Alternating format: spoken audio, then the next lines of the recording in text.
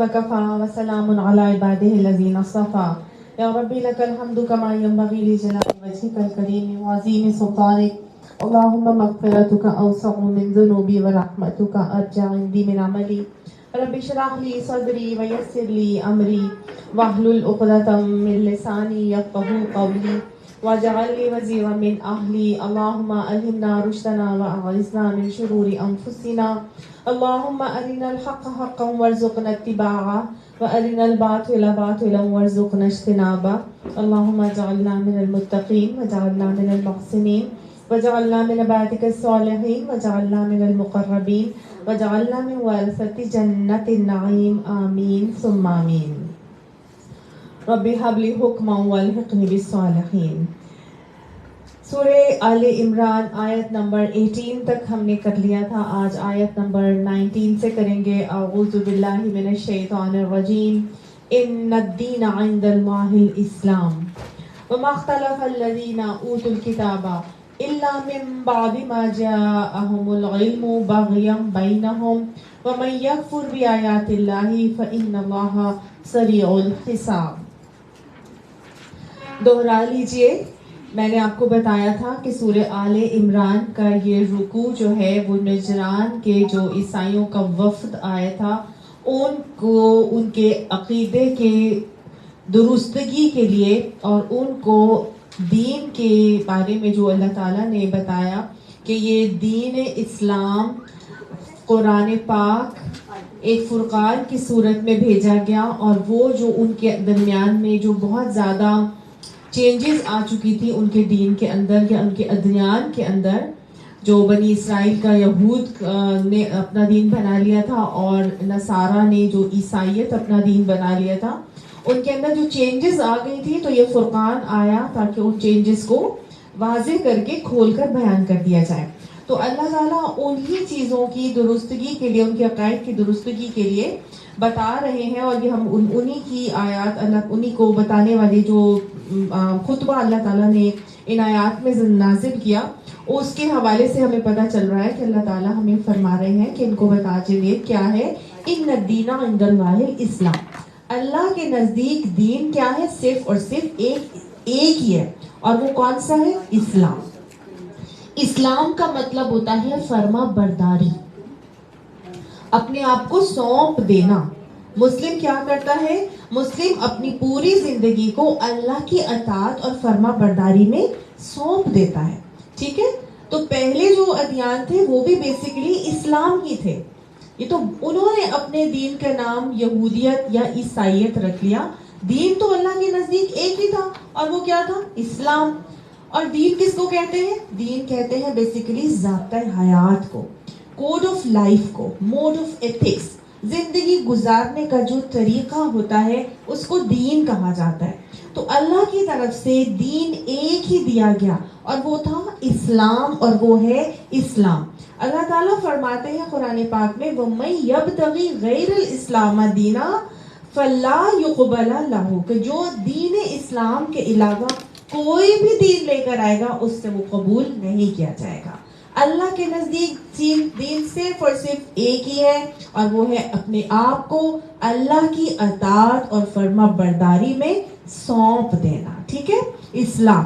وَمَا اخْتَلَفَ الَّذِينَ، اور جو نہیں اختلاف کیا ان لوگوں نے، اوتوا الکتابہ، جن کو کتاب دی گئی تھی، الا من بعد ما جاءهم العلم، بعد اس کے کہ جب کہ علم اس کے پاس آ گیا، ان لوگوں کے پاس علم آ جانے کے بعد ان لوگوں نے اس کتاب کا علم آنے کے بعد کیا کیا؟ اختلاف کیا۔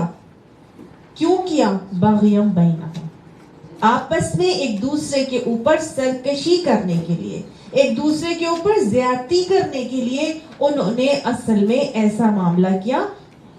ہمیشہ ایسا ہی ہوتا ہے کہ جب علم آتا ہے اس کے بعد ہی انسان اپنی دو اینٹ کی مسجد بناتا ہے۔ جس کے پاس علم ہی نہیں ہوتا اس کو تو پتہ ہی کچھ نہیں ہوتا۔ جس کے پاس تھوڑا سا علم آ جاتا ہے، علم آنے کے بعد وہ کہتا ہے میں بالکل ٹھیک ہوں۔ دوسرے کے پاس تھوڑا سا دوسرا علم آ جاتا ہے، وہ کہتا ہے میں بالکل ٹھیک ہوں۔ تیسرے نے تھوڑا سا علم لے لیا، اس نے کہا میں بالکل ٹھیک ہوں۔ تو ہمیشہ ایک دوسرے پر زیادتی کرنے کے لیے ان لوگوں نے کیا کیا, وہ جو علم ان کے پاس آیا تھا اس کی حوالے سے انہوں نے اپنے آپ کو بڑا سمجھا, سپیریئر سمجھا, اور اس کے وجہ سے انہوں نے دوسرے پر زیادتی کرنے کے لیے کیا کیا, تفرقو کا معاملہ کیا, اختلاف کا معاملہ کیا. جب اختلاف ہوئے تو پھر تفرقے پڑ گئے, کوئی ایسے بن گیا اور کوئی ویسے بن گیا. انہوں نے اختلاف کرنا شروع کر دیا, زیادتی کرنے کے لیے کیا, اللہ نے کہہ دیا وَمَن يَكْفُرْ بِآيَاتِ اللَّهِ, اور جو کوئی اللہ کی آیات سے کفر کرے گا فَإِنَّ اللَّهَ سَرِيعُ الْحِسَابِ, پس بے شک اللہ جلد حساب لینے والا ہے. تو کیا کیا تھا انہوں نے, یہود نے کیا کیا تھا, انہوں نے کہا کہ ہم بالکل ٹھیک ہیں, حضرت موسیٰ علیہ السلام کلیم اللہ تھے, ان کے اوپر شریعت آئی اور ان کے حوالے سے جو دین ہمیں دیا گیا ہے وہ بالکل ٹھیک ہے, اور انہوں نے اپنے آپ کو بالکل ٹھیک رکھا. پھر میں نے آپ کو بتایا تھا کس طرح ان کے ساتھ معاملات ہوئے, اور وہ جو کاپیز بنائی گئی تھی, اور وہ تابوت سکینہ کا واقعہ, پھر حضرت عزیر علیہ السلام نے اس کو ریوائیو کیا, اور پھر کس طرح ان کے کتنے والیومز بن گئے تھے. ٹھیک ہے, تو دین میں تو چینجز آ گئی تھی. اس کے بعد کیا ہوا, انہوں نے اب پھر بھی جتنے بھی حضرت عیسیٰ علیہ السلام تک انبیاء آتے رہے وہ کس دین پر تھے, اسلام پر تھے, اور وہ دین موسوی کے اوپر تھے, شریعت موسوی کے اوپر تھے. ٹھیک ہو گیا.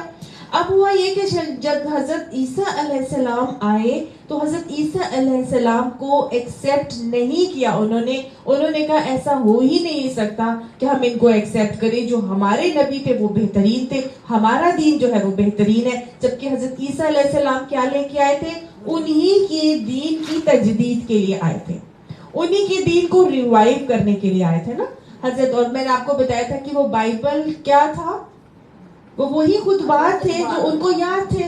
اللہ کی طرف سے کوئی نئی شریعت تو نہیں آئی تھی, لیکن انہوں نے کہا کہ نہیں, ولد الزنا, اور ان کو حضرت عیسیٰ علیہ السلام چونکہ بن باپ کے پیدا ہوئے تھے اس لیے انہوں نے ان کو ولد الزنا وغیرہ کر کے, اور انہوں نے ان کو نبی ایکسیپٹ کرنے سے انکار کر دیا. انہوں نے اپنی 2 اینٹ کی مسجد بنا لی, اور انہوں نے عیسائی جو تھے انہوں نے اپنا, جنہوں نے حضرت عیسیٰ کو مان لیا انہوں نے اپنا علیحدہ فرقہ بنا لیا. ٹھیک ہے, وہ اپنے آپ کو ٹھیک کہتے تھے, یہ اپنے آپ کو ٹھیک کہتے تھے, اور جب 2 لوگ اپنے آپ کو ٹھیک کہتے رہے تو دونوں کی آپس میں لڑائی, اور پھر آگے کی پورے کے پورے معاملات وہ جو ہم سورہ بنی اسرائیل میں پڑھیں گے کہ کس طرح اللہ تعالیٰ نے ان کو 2 مرتبہ ان کے ہاتھوں رسوا کیا.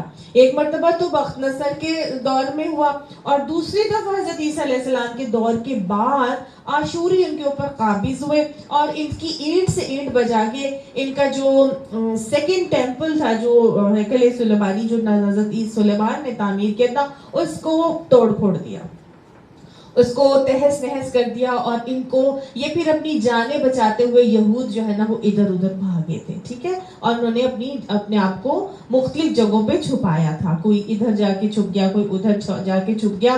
تو اب کوئی اپنے آپ کو صحیح کہتے رہے, یہ اپنے آپ کو صحیح کہتے رہے. لیکن پھر جب نبی صلی اللہ علیہ وسلم کو اللہ تعالیٰ نے مبعوث کر کے بھیجا تو آپ صلی اللہ علیہ وسلم نے کیا کرنا تھا. اس سورہ آل عمران کے شروع میں ہم نے پڑھا تھا کہ یہ کیوں آئی تھی, یہ اللہ تعالیٰ نے کیوں اتارا, تاکہ اس کے اندر یہ فرقان بن کر آیا. تو اس کے اندر جتنی بھی چیزیں تھیں مصدقا لما بین یدیہ, یہ تب جتنا ان کے پاس پہلے آ چکا تھا اس کی تصدیق کرنے کے لیے اللہ تعالیٰ نے انزل الفرقان کر کے قرآن کو بھیجا. تو اب اللہ نے صاف بتا دیا کہ دیکھو جو بھی شریعت آئی تھی چینجز تم نے خود کی تھی, ایک دوسرے پہ سرکشی کرنے کے لیے تم نے خود اپنے آپ کو صحیح بنانے کے لیے دوسرے کو غلط ثابت کر کیا تھا. ایسا ہرگز نہیں تھا. اللہ کے نزدیک دین ایک ہی تھا ہمیشہ سے, اور وہ تھا اسلام. کوئی اپنا کوئی علیحدہ فرقہ نہیں بنائے گا, نہ کوئی اپنے آپ کو یہود کہے گا, نہ کوئی اپنے آپ کو عیسائی کہے گا, اور نہ کوئی امت مسلمہ میں سے اپنے آپ کو کوئی حنبلی, کوئی شافعی, کوئی حنفی, کوئی مالکی, کوئی اہل حدیث, کوئی وہابی, کوئی کچھ نہیں کہے گا. جب اللہ نے کہہ دیا کہ دین کیا ہے, ایک ہی ہے, اسلام ہے, تو پھر ہمیں کس چیز کا نعرہ لگانا ہے. ہم کون ہیں؟ حنبلی ہیں, ہم شافعی ہیں, کون ہیں؟ ہم مسلمان, نحن لہو مسلمون. یہی نعرہ لگانے کو اللہ نے مجھے اور آپ کو کہہ دیا. دیکھیں ان کے ادیان میں بھی اللہ تعالیٰ اختلاف کا جو ہے نا اس کو درستگی کر رہا ہے اس دین حق کو بھیج کر اس قرآن پاک کے اندر, اور بتا رہا ہے. تو پھر کیسے ہو سکتا ہے کہ اس دین حق کے آ جانے کے بعد ہم اپنے فرقے بنا کے بیٹھ جائیں؟ نہیں ہو سکتا نا.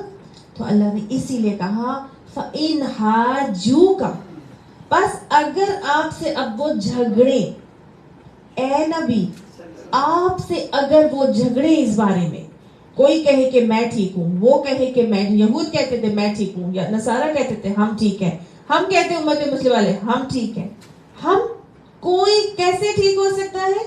صرف ایک ہی نعرہ لگا کے ٹھیک ہو سکتا ہے، اسلام کو پکڑ کے ٹھیک ہو سکتا ہے. آج بڑا افسوس ہوتا ہے اس بات کو کہتے ہوئے کہ ہمارے جو علماء اور مدرسوں کے اندر بھی جو عالم بنائے جا رہے ہیں وہ اسلام کے عالم نہیں بنائے جا رہے، وہ مسلک کے عالم بنائے جا رہے ہیں، وہ مسالک کے عالم بنائے جا رہے ہیں، اور آپس میں اسی میں پھر لڑائیاں جھگڑے، میں اس کو برا وہ اس کو برا. اللہ نے کہہ دیا اگر اب وہ آپ سے جھگڑے، وہ کون جھگڑے؟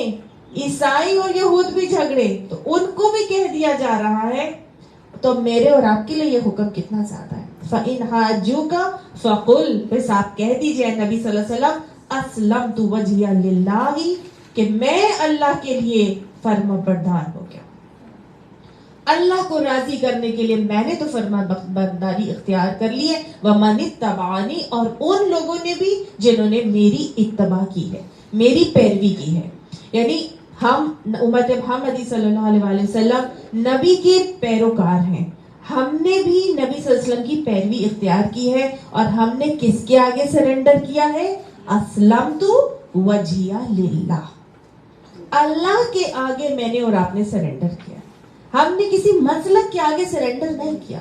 ان کو بھی کہا جا رہا ہے، مجھے اور آپ کو سب کو اس میں سے پیغام مل رہا ہے کہ ہم نے کس کے لیے اپنا چہرہ موڑنا ہے؟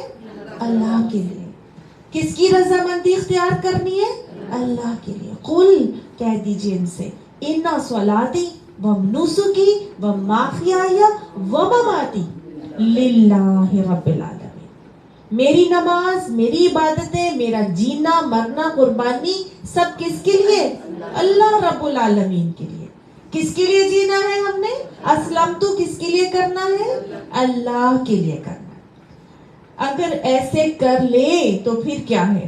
فَقُلْ، اور ان سے کہہ دیجئے، لِلَّذِينَ أُوتُوا الْكِتَابَ، ان سے کہیے جو کتاب دیے گئے تھے، وَالْأُمِّيِّينَ، اور امیوں سے بھی کہہ دیجئے. یہ جو عرب کے لوگ تھے، عرب کے باشندے، یا وہ لوگ جن کے پاس دین کا علم نہیں، اب علم آ رہا ہے، ان سے بھی کہہ دیجئے اسلم تم، کیا فرما بردار ہوتے ہو تم؟ کیا اس طرح کی فرما برداری اختیار کرتے ہو؟ کیا کہہ رہا ہے اللہ تعالیٰ؟ آپ سب سے کہہ دیجئے، تمام اہل کتاب سے، تمام امیوں سے یہ بات کہہ دیجئے کہ کیا اس طرح کی اللہ کی فرما برداری اختیار کرتے ہو؟ اپنا اپنا محاسبہ کر کے دیکھیں، کیا ہم واقعی اللہ کی فرما برداری اختیار کرتے ہیں کہ صرف اللہ کے لیے ہی ہو؟ میرا جینا مرنا، میری نمازیں، میری قربانیاں کس کے لیے ہیں؟ دنیا کے لیے؟ اپنے گھر والوں کے لیے؟ اپنے شوہر کے لیے؟ اپنے پیاروں اور محبوبوں کے لیے؟ یا ان کے لیے جن کی محبتیں ہمارے دلوں میں اٹکی ہوئی ہیں؟ کن کے لیے ہم تمام زندگی گزار رہے ہیں؟ کن کی فرما برداری میں زندگی گزار رہے ہیں؟ اپنا اپنا محاسبہ کرنا ہے. اللہ کے لیے کر رہے ہیں کہ وہ جو حب و شہوات پیچھے پڑی تھی ہم نے ان کے لیے کر رہے ہیں؟ تمام چیزیں اپنا اپنا محاسبہ کر کے دیکھنا ہے. اللہ کے لیے ہر چیز میری اور آپ کی ہو جائے. اگر ایسے اسلام لائے ہو فَإِنْ أَسْلَمُوا، بس اگر اس طرح کی فرما برداری اختیار کی ہے، فَقَدْ اهْتَدَوْا، بس یقیناً ہدایت پر ہو. صحیح؟ کسی تفرقے میں نہیں جانا، کسی اختلاف میں نہیں پڑنا، کسی کو اچھا کسی کو برا نہیں کہنا. جو پتہ چلتے جا رہا ہے اسی کو مان کے چلتے جانا کہ اللہ نے جو قرآن مجھے دے دیا ہے بس یہی میرا وہ دین ہے.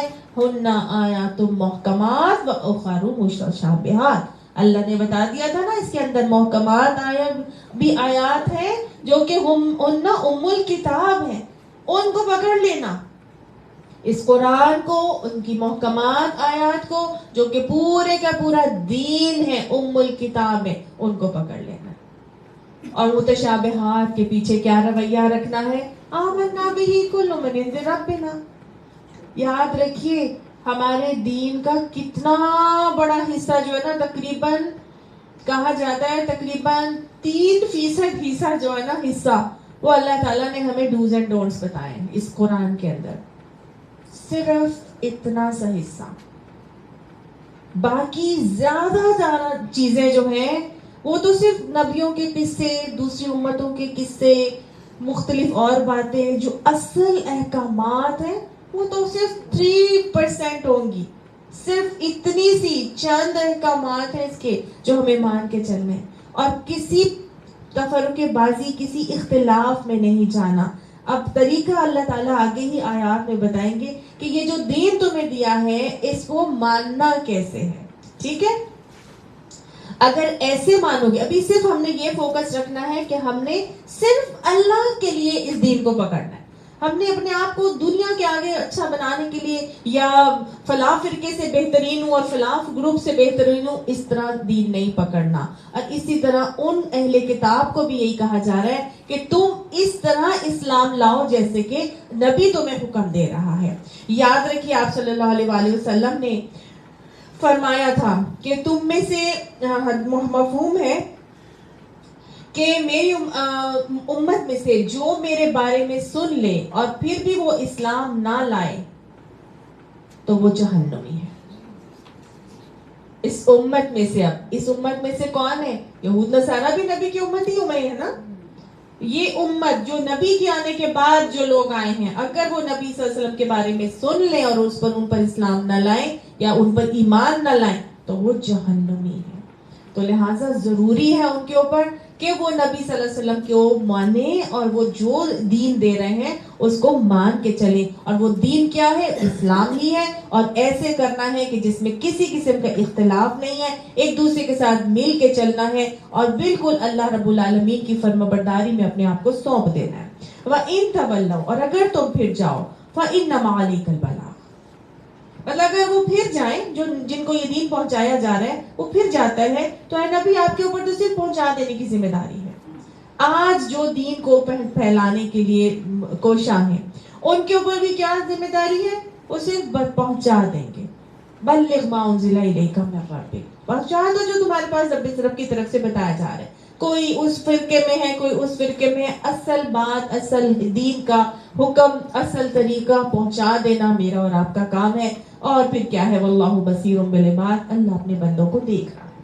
جو کوئی عمل کرے گا اللہ تعالیٰ دیکھ رہا ہے. ان الذین یکفرون بآیات اللہ، بے شک وہ لوگ جو اللہ کی آیات کے ساتھ انکار کرتے ہیں، وَيَقْتُلُونَ النَّبِيِّينَ بِغَيْرِ حَقٍّ، اور نبیوں کو ناحق قتل کرتے ہیں.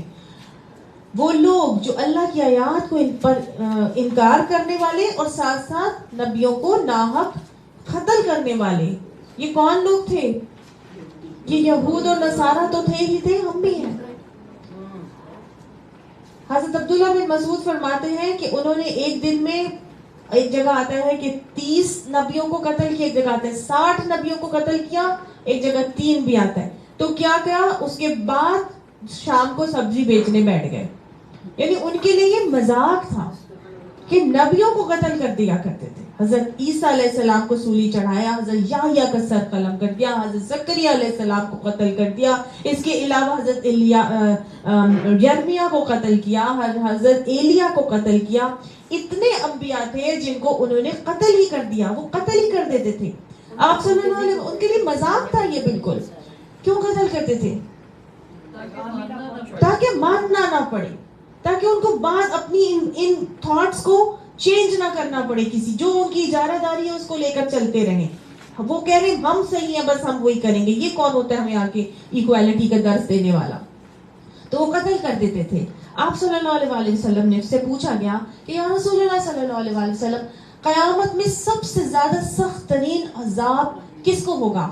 آپ صلی اللہ علیہ وآلہ وسلم نے فرمایا اس کو جس نے اچھی نبیوں کو یا اچھی بات کہنے والے اور بری بات سے منع کرنے والے کو قتل کیا.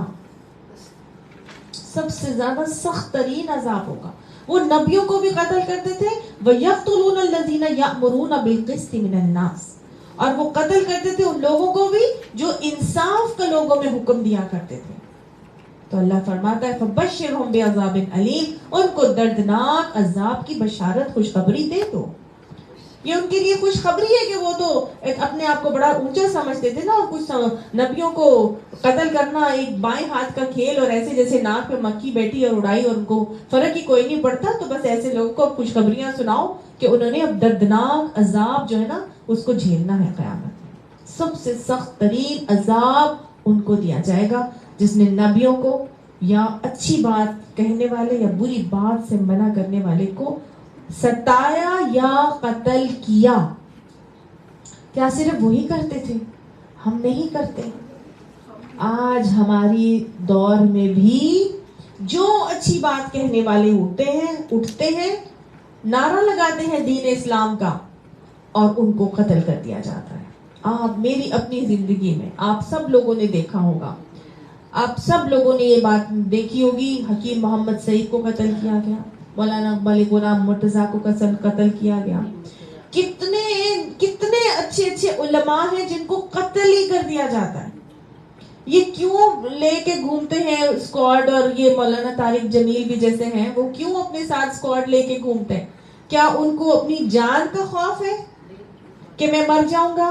نہیں، ایمان تو بہت ہے کہ جب جان لکھی ہے، جہاں موت لکھی ہے وہ تو آ کے رہے گی. وَلَوْ كُنْتُمْ فِي بُرُوجٍ مُشَيَّدَةٍ، چاہے تم جدھر بھی تم کیا کہتے ہیں قلعوں میں کیوں نہ ہو جاؤ، تمہاری موت تو آ کے رہے گی نا. جگہ بھی مقرر ہے، وقت بھی مقرر ہے. ان کا ایمان خراب نہیں ہے. یہ اسکواڈ اس لیے لے کے گھومتے ہیں تاکہ دوسرے کے اوپر ٹھاک بٹھائی جائے کہ تو بچ کے نہیں جائے گا اگر تو نے کوئی بھی کوشش کی.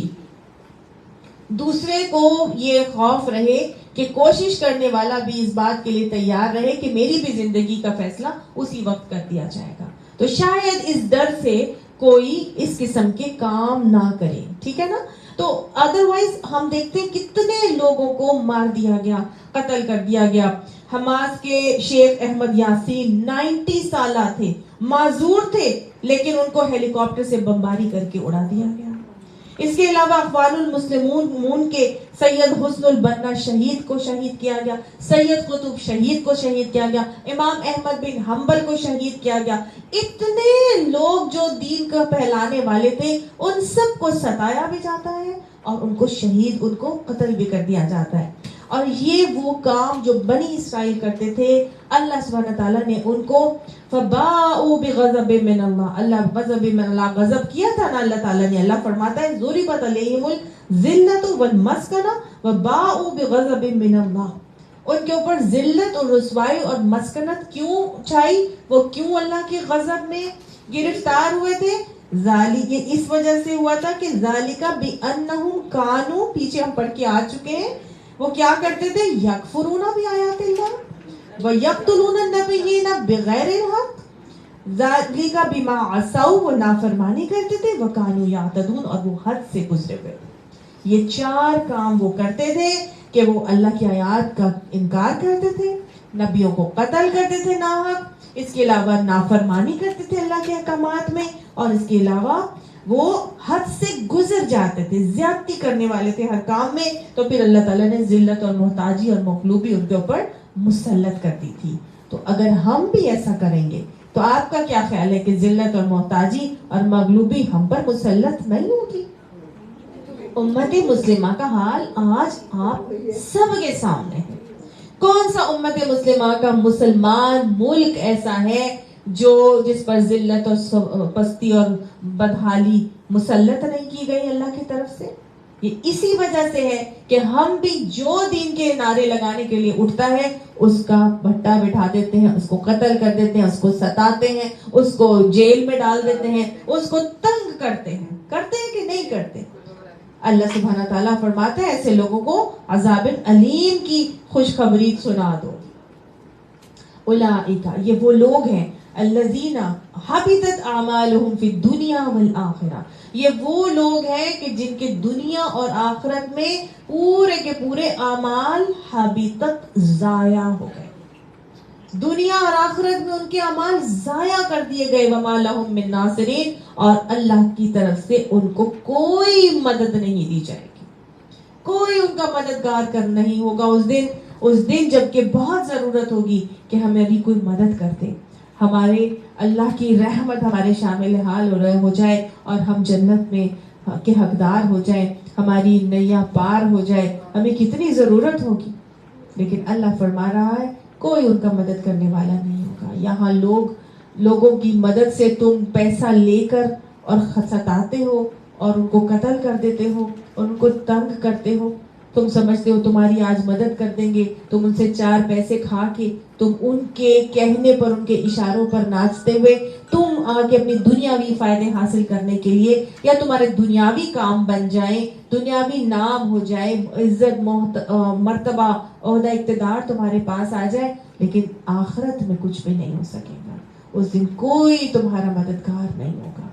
یہ ہر اس شخص کے لیے جو اچھی بات کہنے والے کو، اچھی یا بری بات سے روکنے والے کو ستاتا ہے یا قتل کرتا ہے. آج نبیوں کو تو قتل نہیں کیا جاتا نا، لیکن اچھی بات کہنے والے کو کیا جاتا ہے. اب آگے اللہ سبحانہ تعالیٰ فرما رہے ہیں الم ترا، کیا نہیں تو نے دیکھا یا کیا تو نے غور کیا ہے؟ حیرت چھپی ہے اس کے اندر. حیرت سے اللہ تعالیٰ فرما رہے ہیں کہ تم نے ان لوگوں کو دیکھا ہے، ان پر غور کیا ہے. کن لوگوں پر؟ الذین، کون ہیں یہ لوگ؟ اوتوا نصیبا من الکتاب، جن کو کتاب میں سے کچھ حصہ دیا گیا تھا. کون سی کتاب میں سے؟ تورات میں سے. تورات کا کچھ نصیبا یعنی مقرر حصہ ان کو دیا گیا، ان کو تورات کا علم دیا گیا. کون ہے یہ لوگ جن کو تورات کا علم دیا گیا تھا؟ یہودی علماء. Very good. یہودی علماء جن کے پاس تورات کا علم تھا، وہ تورات کے عالم تھے. یدعون الی کتاب اللہ، وہ پکارے جاتے ہیں یا بلائے جاتے ہیں اللہ کی کتاب کی طرف. کون سی اللہ کی کتاب؟ ان کو پاس تو کتاب کا علم ہے، اب وہ کون سی کتاب کی طرف بلائے جا رہے ہیں؟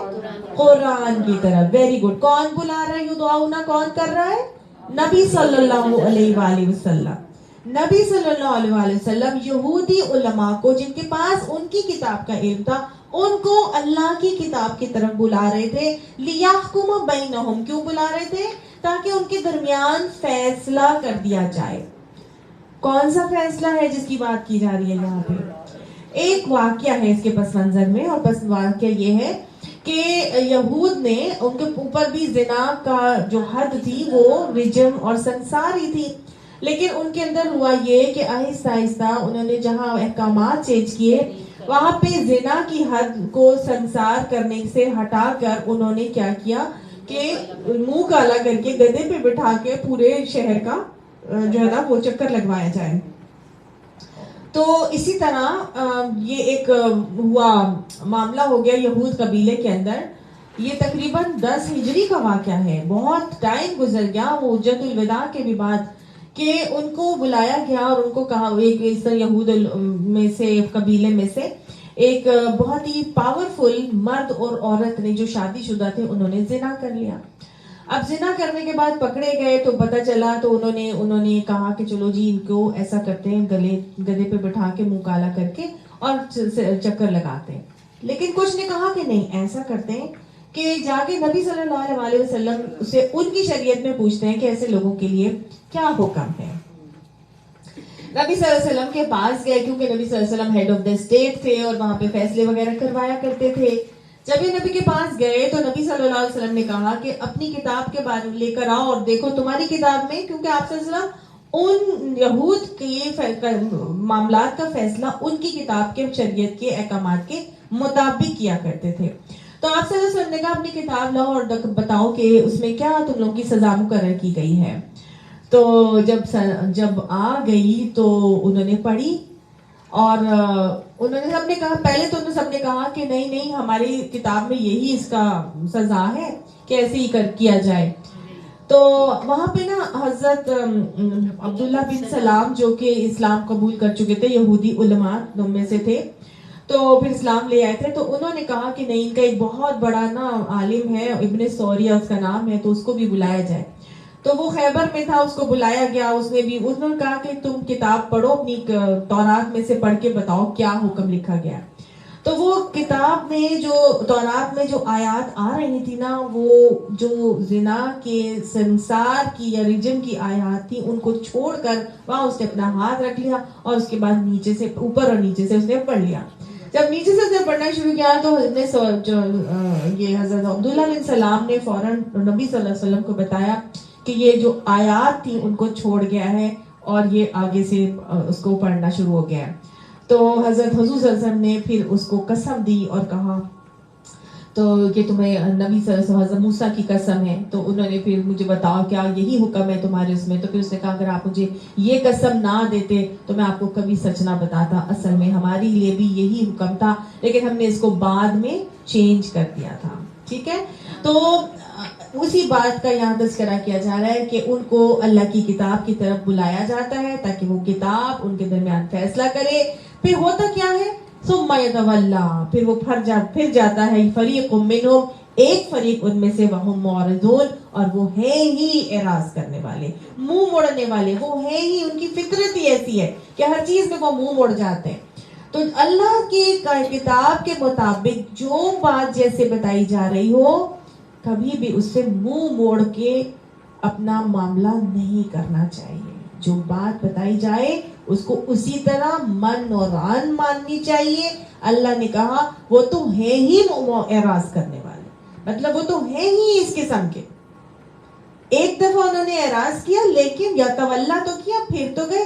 ایک انسان ہوتا ہے جو ایک دفعہ پھر جاتا ہے، غلط کام کر لیتا ہے، لیکن اللہ نے کہا وہم معرضون، وہ تو ہیں ہی اعراض کرنے والے.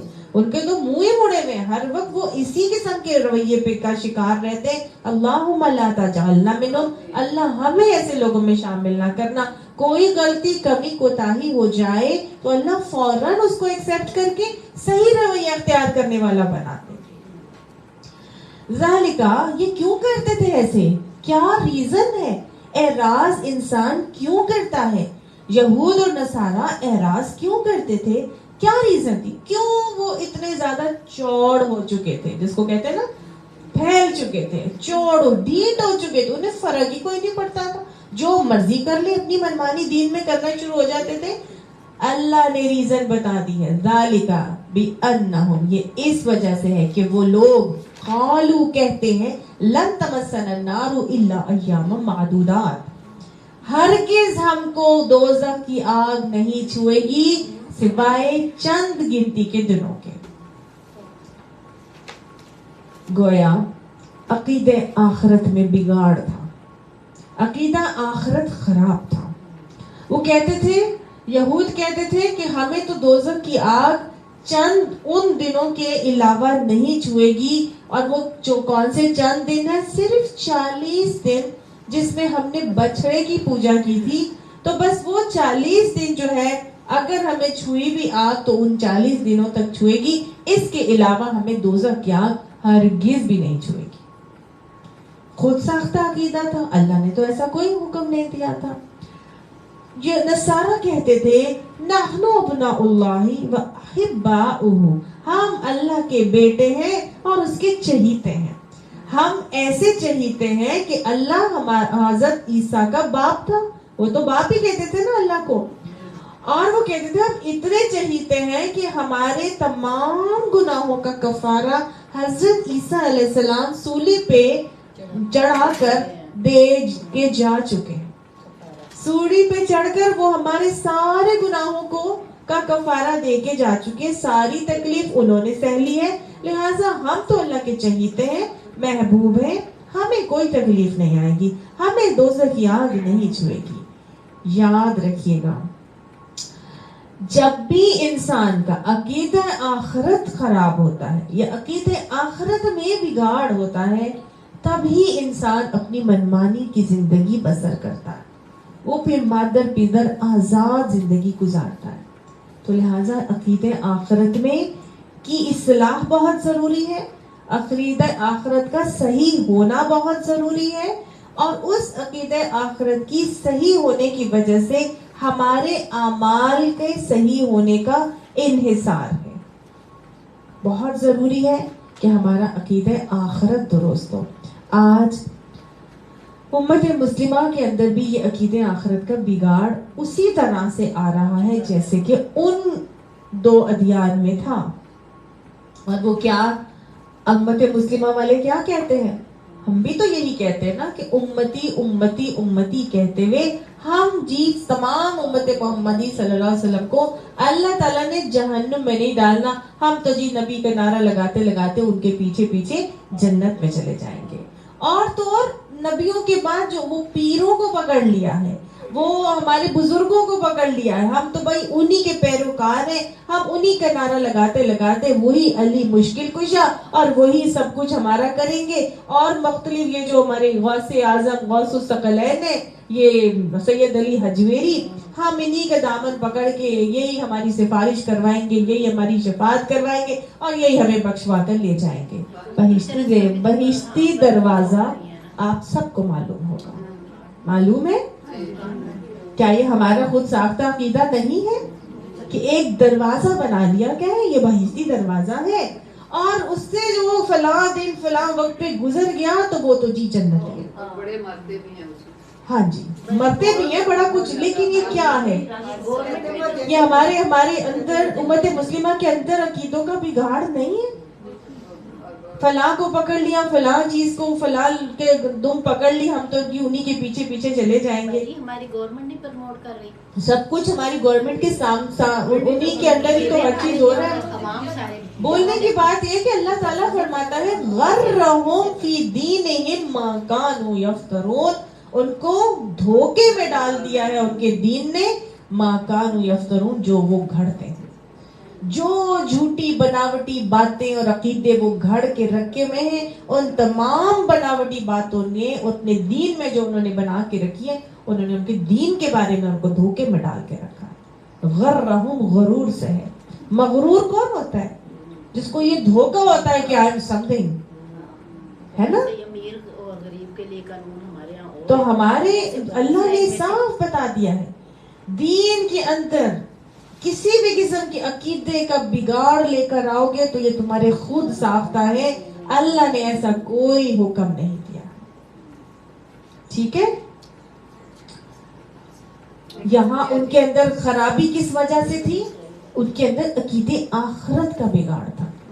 آج جو مرضی کرو، مادر پیدر آزاد زندگی گزارو، do whatever you want to do in Rome do as Romans do، زبان خلق کو کیا نکار خدا سمجھو، جو سب کہہ رہے ہیں بس وہی ٹھیک ہوگا، کرتے رہو، تم بھی ویسے ہی کرتے ہو، ہم بھی ایسے سب لوگ کر رہے ہیں، غلط ہو رہا ہے، سب ٹھیک ہی ہو رہا ہوگا نا، تبھی تو اللہ نے ایکسیپٹ کیا. کیسے کیسے دین کے باتیں ہیں جو ہم نے عقیدوں کے حوالے سے گھڑ کے رکھی ہوئی ہیں.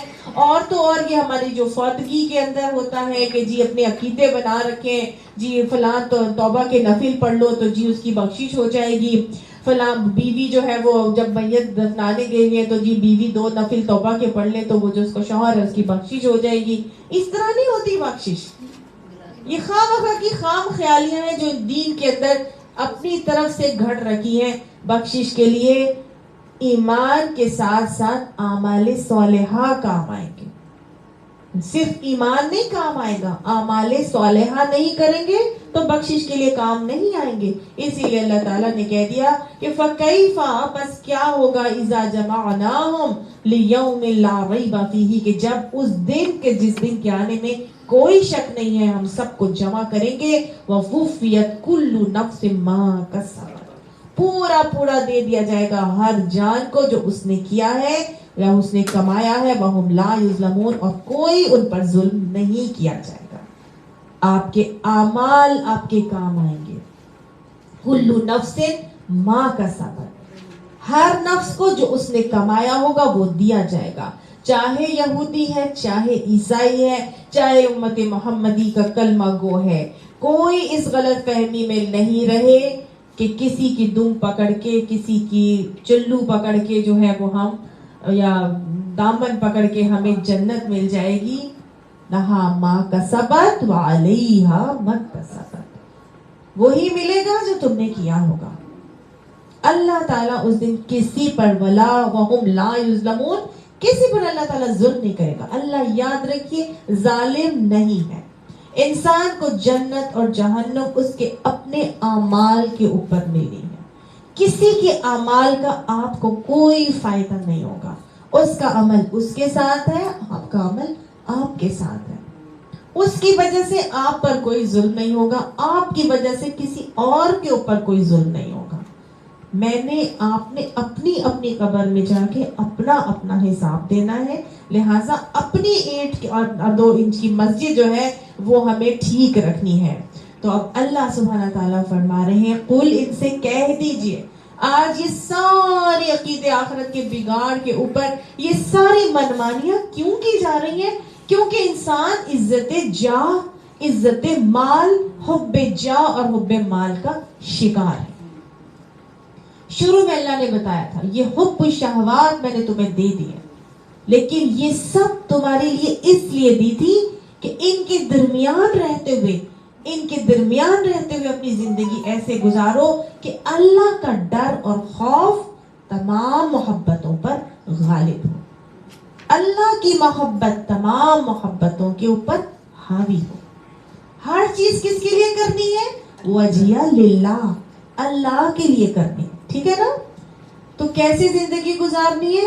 ایسے مسافر کی طرح جو کشتی میں اپنا سفر طے کرتا ہے لیکن پانی کے اوپر رہتا ہے, اتنا ہی پانی استعمال کرتا ہے جتنا اس کی زندگی, اس کو سفر کو پورا کرانے کے لیے ضروری ہے.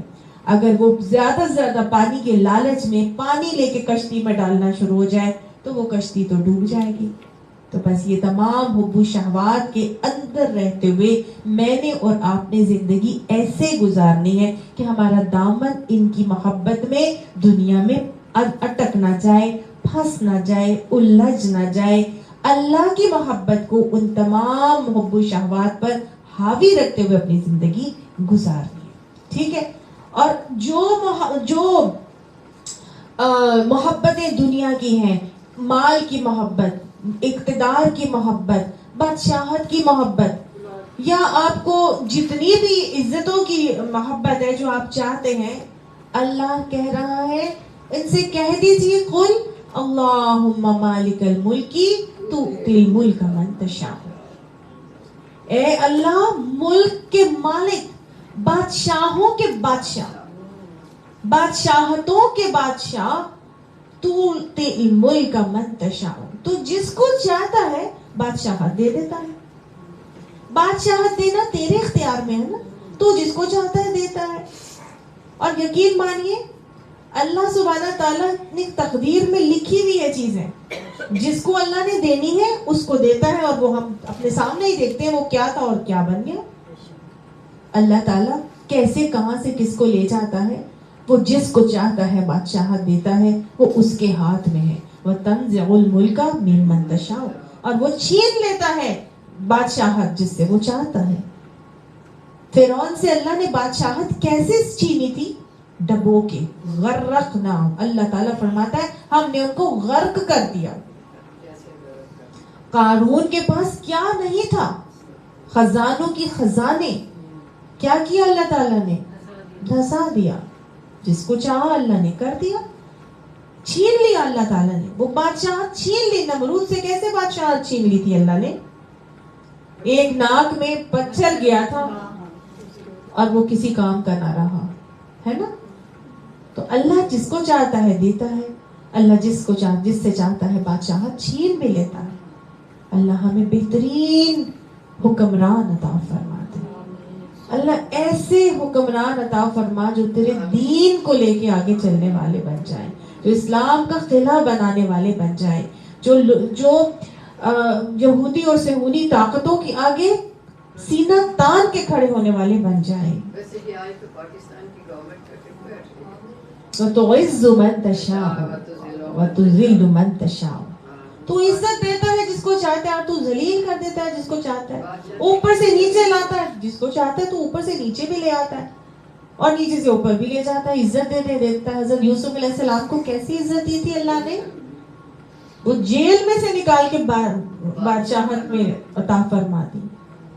یہ ہے اللہ, جس کو چاہتا ہے ذلیل کرتا ہے, جس کو چاہتا ہے. ذلیل کیسے ہوا؟ قارون ذلیل ہو گیا نا, ساری چیزوں کے ہوتے ہوئے ذلیل ہو گیا, زمین میں دھسا دیا گیا, اور جس کے پاس کچھ نہیں تھا اس کو کہاں سے کہاں اللہ نے بٹھا دیا. آپ کو ایک واقعہ سناتی ہوں حضرت عقبہ بن عامر کا. حضرت عقبہ بن عامر نبی اکرم صلی اللہ علیہ وآلہ وسلم کے بہت ہی پیارے ساتھی تھے, صحابی رسول ہیں. ان کو حب الشہوات میں سے اپنی بکریاں بڑی پسند تھیں. والانعام والحرث پڑھا تھا نا ہم نے کہ مویشی بھی بہت پسند ہیں اور کھیتیاں بھی بہت پسند ہیں. حضرت عقبہ بن عامر جوہنی ان کو اپنی بکریاں چرایا کرتے تھے. 12 دوست تھے جو مدینہ والوں کی بکریاں لے کر ریوڑ لے کے آگے چلے جاتے تھے صحراؤں میں, اور پھر چرایا کرتے اور پھر واپس آتے. جس دن نبی صلی اللہ علیہ وآلہ وسلم مدینہ طیبہ پہنچے تو یہ اپنے دوستوں کے ساتھیوں کے ساتھ بکریاں چرانے گئے ہوئے تھے. جب ان کو پتا چلا کہ نبی صلی اللہ علیہ وسلم پہنچ گئے ہیں, سب لوگ جو ہیں وہ شادیانے گا رہے ہیں اور بہت خوشیاں منا رہے ہیں.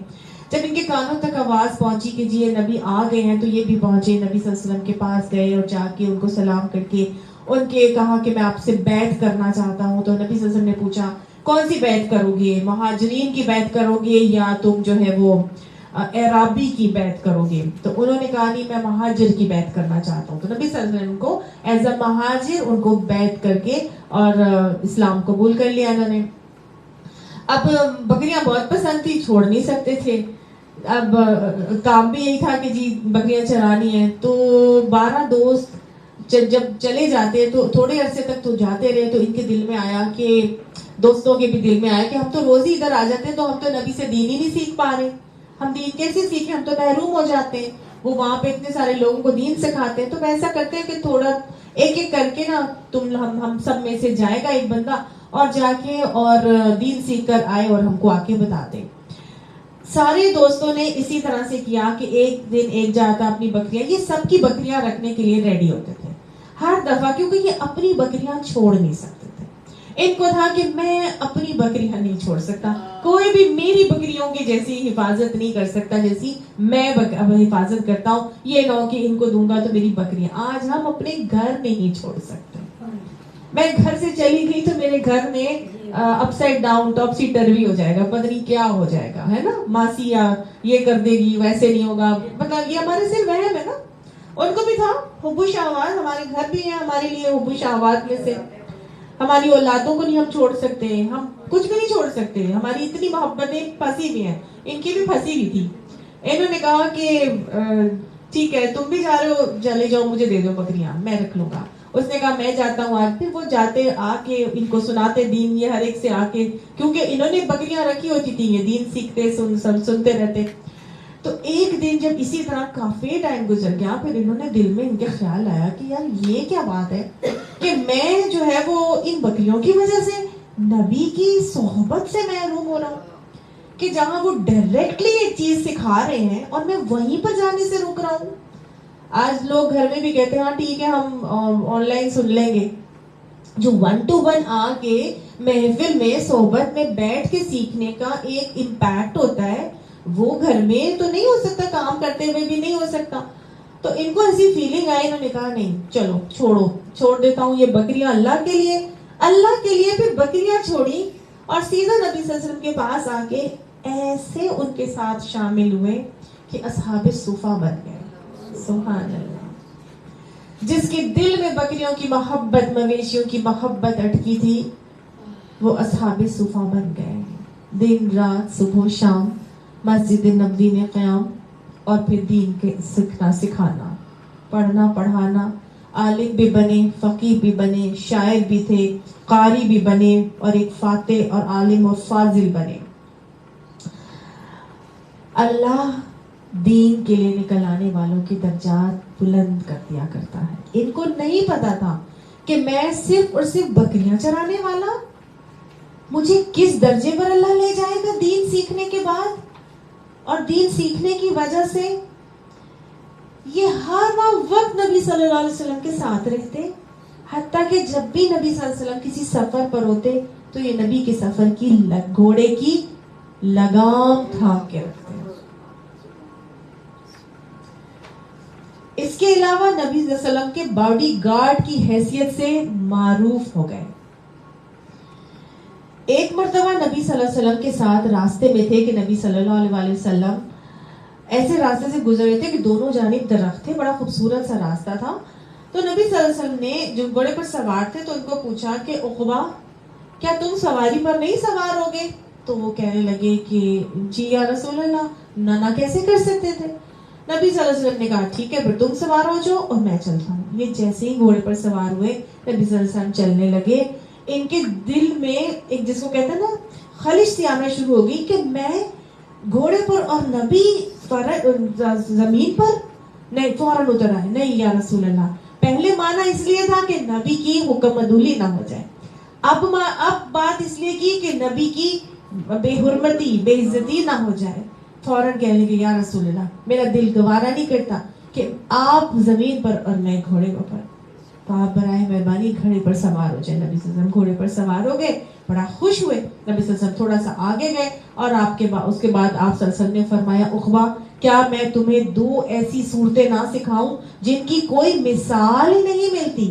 نبی کا قرب ہو اور آپ کو عنایتیں نہ ملیں, نبی کی محفلوں میں آ کے بیٹھیں, قرآن اور حدیث کی محفلوں میں آ کے بیٹھیں اور آپ کو عنایتیں نہ ملیں, آپ کو نبی کی احادیث نہ پہنچے, ایسا کیسے ہو سکتا ہے؟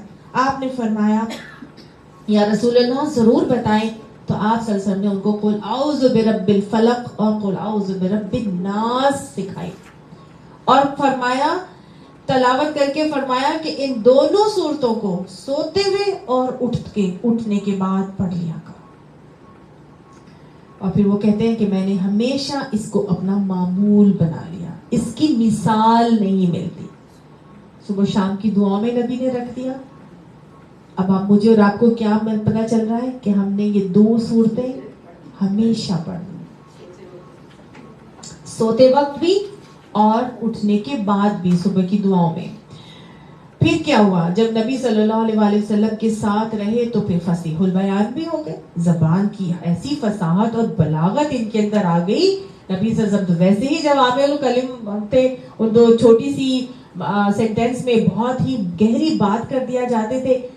کہتے ہیں نا ایک عالم کی صحبت میں 1 گھنٹہ گزارنا 10 سال پڑھنے سے بہتر ہے. تو وہ کس کی صحبت میں تھے؟ نبی آخر الزمان کی صحبت میں تھے. سبحان اللہ, ایسے فصیح البیان ہوئے کہ زبردست قسم کی شاعری بھی کرنے شروع ہو گئے. علم المیراث یعنی کہ وراثت کا علم بھی ان کے اندر بہترین انہوں نے جو ہے وہ ماہر ہو گئے, وہ سیکھ لیا اور ادیب بھی بنے. ایسی دل سوز آواز میں قرآن کی تلاوت کیا کرتے تھے کہ بے اختیار آنسو جاری ہو جاتے تھے. ایک دن حضرت عمر نے کہا عمر کہ عقبہ آپ قرآن کی تلاوت کریں. تو جب وہ تلاوت کرنا شروع ہوئے تو حضرت عمر بن خطاب جو اتنے سخت دل تھے ان کی رو رو کے داڑھی تر ہو گئی. ایسے سوز سے وہ جو ہے وہ قرآن پاک کی تلاوت کیا کرتے تھے. یہ وہ واحد صحابی ہیں جنہوں نے اپنے ہاتھوں سے پورے کا پورا قرآن کو لکھا, علمی نسخہ انہوں نے لکھا, اور پھر ان کے ساتھ ان کو اللہ نے اتنی فضیلت دی کہ جنگ بدر کے بعد یعنی احد اور اس کے بعد کی تمام غزوات میں ایک تو یہ شامل ہوئے. اس کے بعد جب یہ فلسطین کو فتح کیا تھا نا, بیت المقدس کو, اب حضرت ابو عبیدہ بن جراح کی سرپرستی میں لشکر گئے تھے اور یہ سپہ سالار لشکر بنا کر بھیجے گئے جب دمشق انہوں نے فتح کیا تھا. اس کے بعد جب مصر کو فتح کیا تو ان کو سپہ سالار مطلب ان کو ہیڈ بنا کے مصر کو فتح کرنے کے لیے بھیجا گیا تھا. جب دمشق فتح ہوا تو یہ بیسٹ پیلس کے اندر رہے, جس بکری چرانے والے نے کبھی سوچا بھی نہیں تھا کہ میں پیلس میں رہوں گا, اور وہ بھی رومن امپائر کے پیلس میں رہوں گا. اور پھر جب وہاں سے مصر میں بھیجے گئے تو وہاں پہ اس کو فتح یاب ہونے کے بعد وہاں کے بھی بہترین سرسبز شاداب باغات والے پیلس میں ان کو قیام کروایا گیا. ہاں جی, ان کو وہاں پہ قیام کا موقع دیا گیا. اس کے بعد پھر ان کو مصر کا گورنر بنایا گیا اور اس کے بعد ان کو مزید آگے بھیجا گیا ایک اور جنگ کے اوپر. پھر ان کا انتقال ہوا, یہ شہید ہوئے, اور اس کے بعد جو ہے وہ ان کو کہاں پہ فوت ہوئے تھے بلکہ, اور جبل مقتم کی بالائی سطح پر ان کو دفنایا گیا. مال کتنا تھا ان کے پاس, دنیا کی تو محبت چھوڑ دی تھی.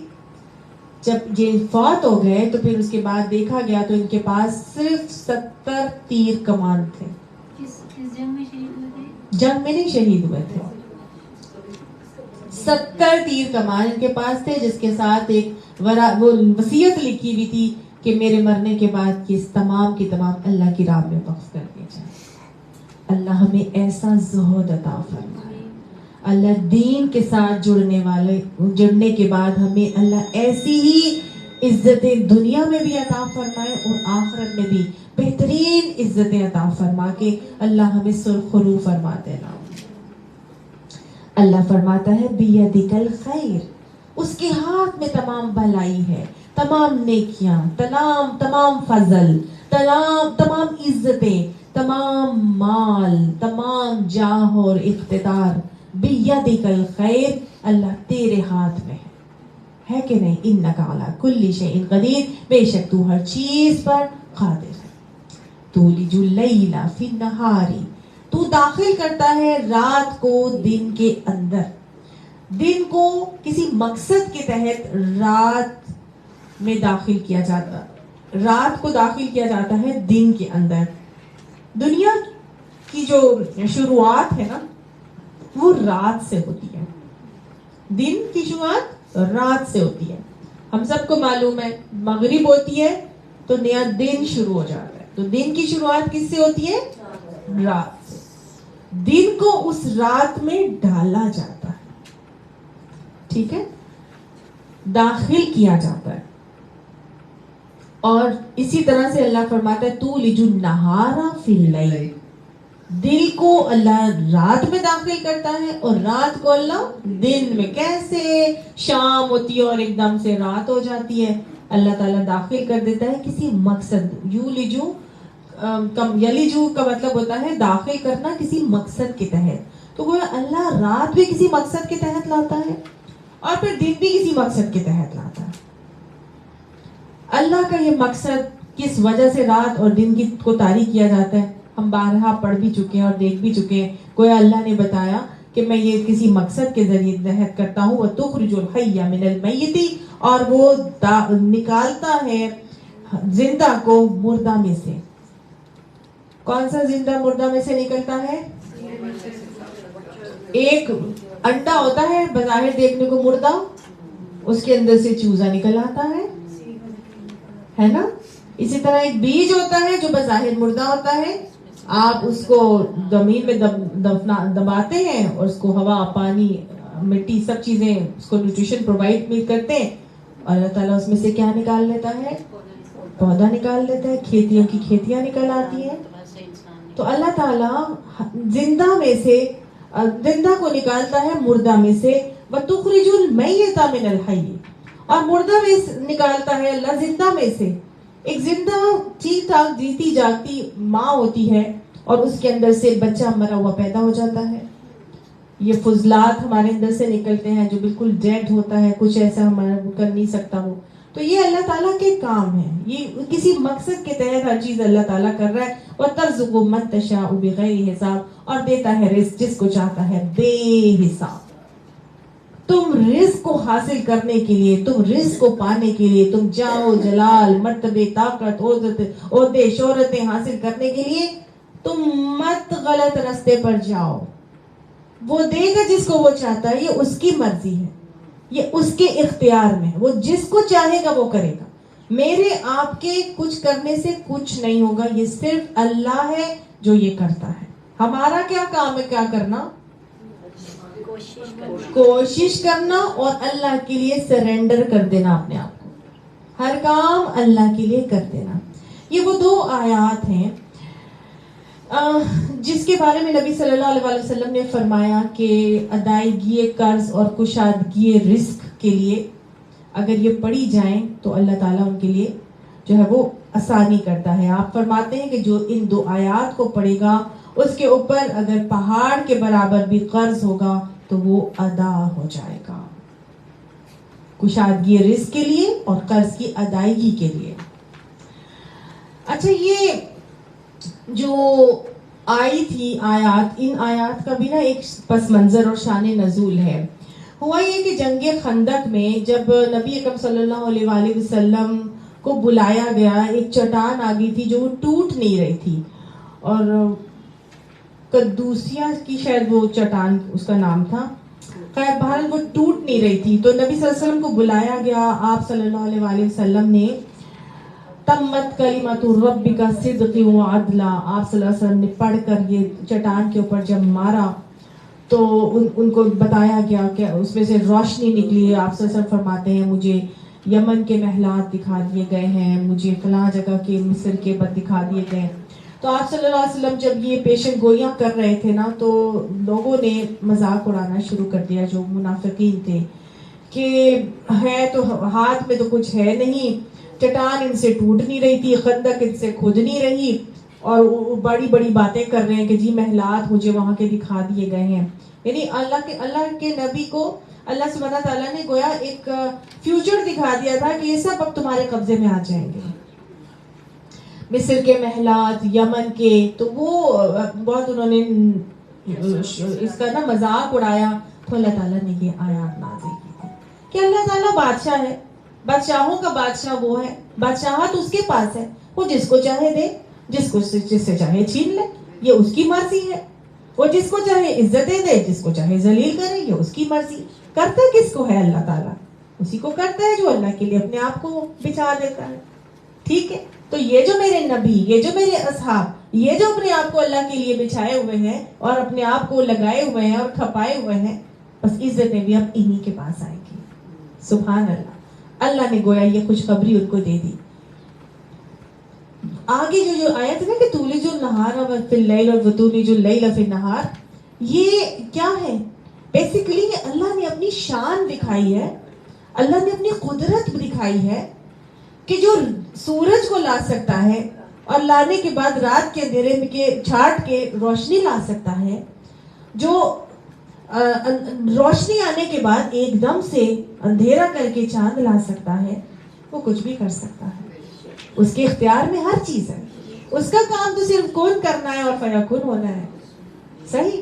تو دن کو رات میں پلٹانے والے، رات کو دن میں پلٹانے والے اللہ، تو ہماری امت مسلمہ کی حالت کو بھی پلٹا دے، پر حماس کی مدد فرما اللہ۔ آج امت مسلمہ کی جو حالات ہیں، وہ اللہ کی راہ میں جھکے ہوئے اللہ کو خوش کرنے کے لیے اتنی بڑی سپر پاور سے ٹکر لے رہا ہے، وہ سپر پاور اسرائیل جو ساری دنیا کو امیونیشن پرووائڈ کر رہا ہے، ہتھیار جنگی جو اس کے جو سارا اسلحہ وغیرہ ہے وہ وہاں سے بن کے جا رہا ہے، اسرائیل سے، اسرائیل سب کو پرووائڈ کر رہا ہے بنا کے۔ ایسے ملک کے ساتھ ٹکر لے لینا، یہ وہی لیتا ہے جس کے دل میں ایمان کی طاقت ہوتی ہے، جو اللہ کے لیے سب کچھ کرتا ہے۔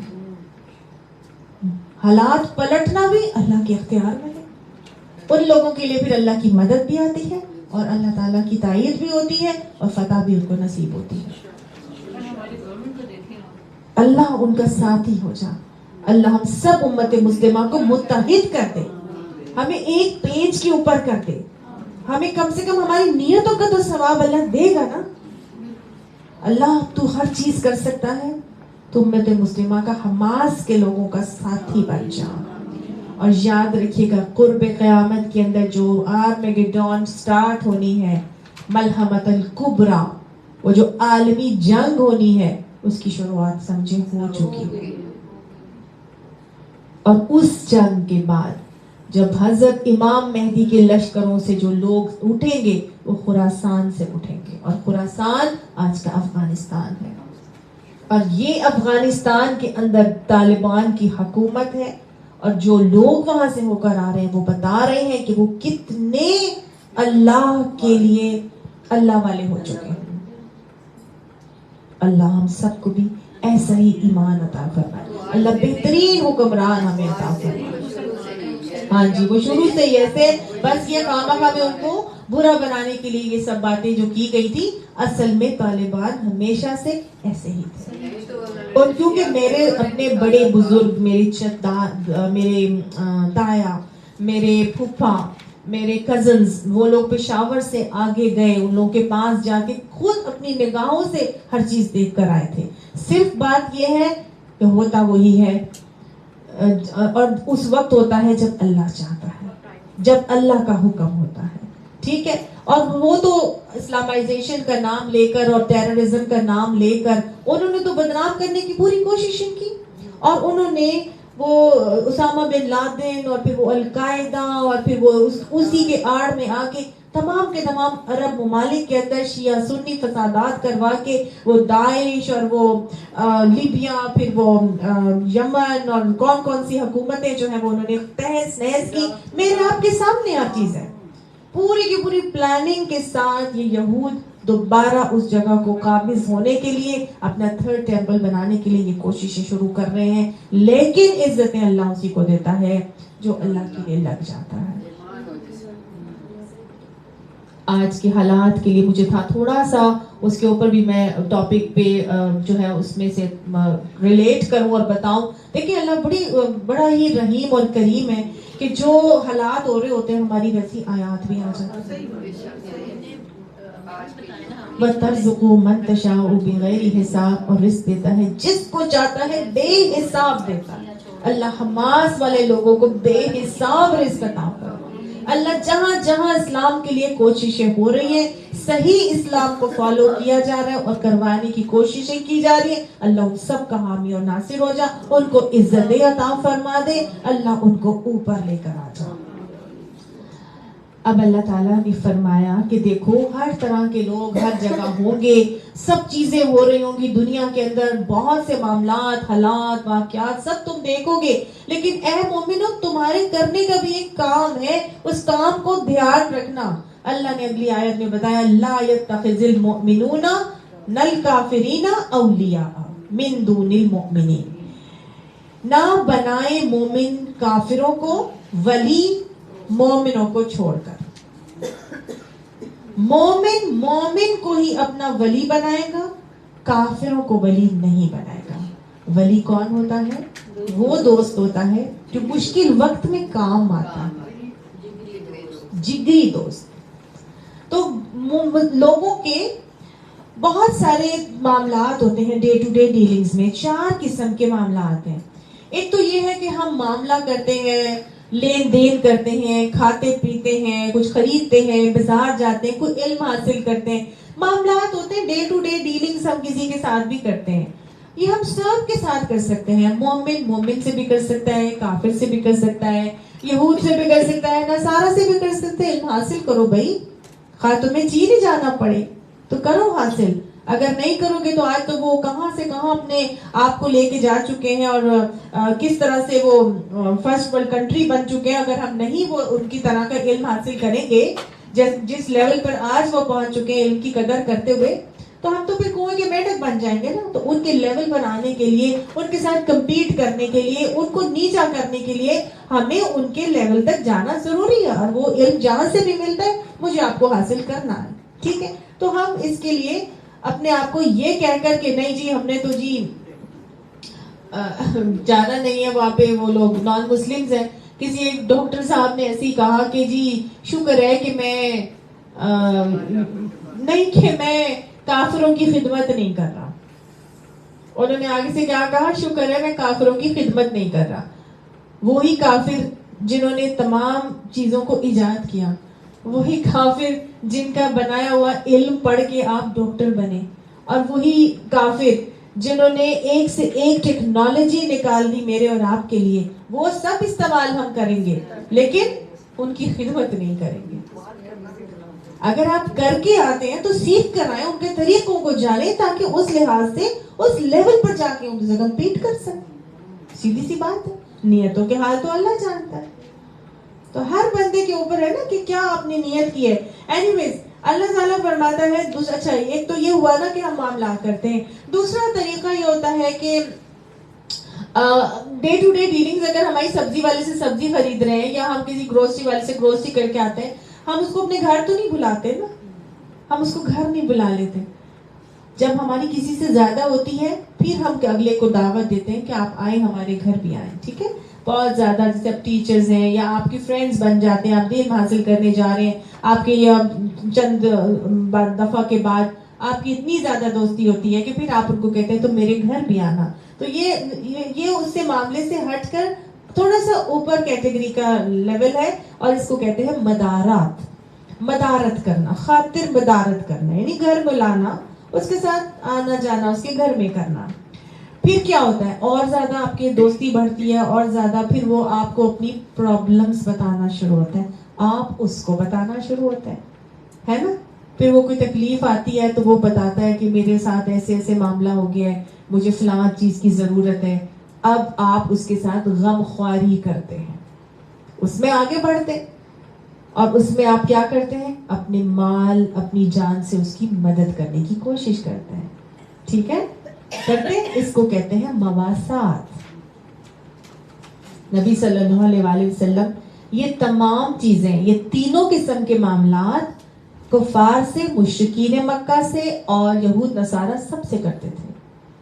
جیسے کہ دیکھا جائے جنگ بدر میں جب قیدی آئے تو قیدیوں سے علم سیکھنے سکھانے کا معاملہ کیا گیا تھا کہ آپ ہمارے لوگوں کو علم سکھا دیں, ہم آپ کے رہا کر دیں گے. پھر یہ علم سکھانا بنا دیا گیا تھا, پڑھا دو, ٹھیک ہے نا. تو علم سیکھنا سکھانا ان سے بھی کیا جا سکتا ہے, خدمت کام لینے کا معاملہ ان سے کیا جا سکتا ہے.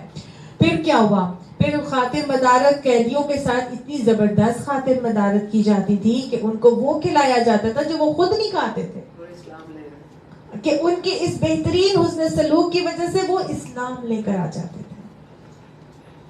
پھر آپ صلی اللہ علیہ وسلم نے ایک مرتبہ مکہ میں قحط پڑا تو آپ صلی اللہ علیہ وسلم نے خود بھی غلہ بھجوایا مشرکین مکہ کو, اور باقاعدہ ان لوگوں کو بھی تاکید کی جنہوں نے قسم کھا لی تھی کہ ہم تمہیں قحط میں مطلب ہم تمہیں غلہ نہیں دیں گے. ان تک کو تاکید کر کے نبی صلی اللہ علیہ وسلم نے ان کی قحط یعنی ان کے مشکل وقت میں ان کے ساتھ مواسات کا معاملہ کیا تھا. تو مسلمان معاملات بھی کریں گے, مدارات بھی کریں گے, اور مواسات بھی کریں گے, مسلمانوں کے ساتھ بھی کریں گے اور غیر مسلموں کے ساتھ بھی کریں گے. اور اس لیے کریں گے تاکہ ہمارے حسن اخلاق سے متاثر ہو کر وہ ہمارے دین کو قبول کر لے. ٹھیک ہے. لیکن جو چوتھی قسم کا معاملہ ہے جو یہاں بتایا جا رہا ہے وہ ہے اولیاء. اس کو کہتے ہیں ولایت کا معاملہ. ولی نہیں بنائیں گے.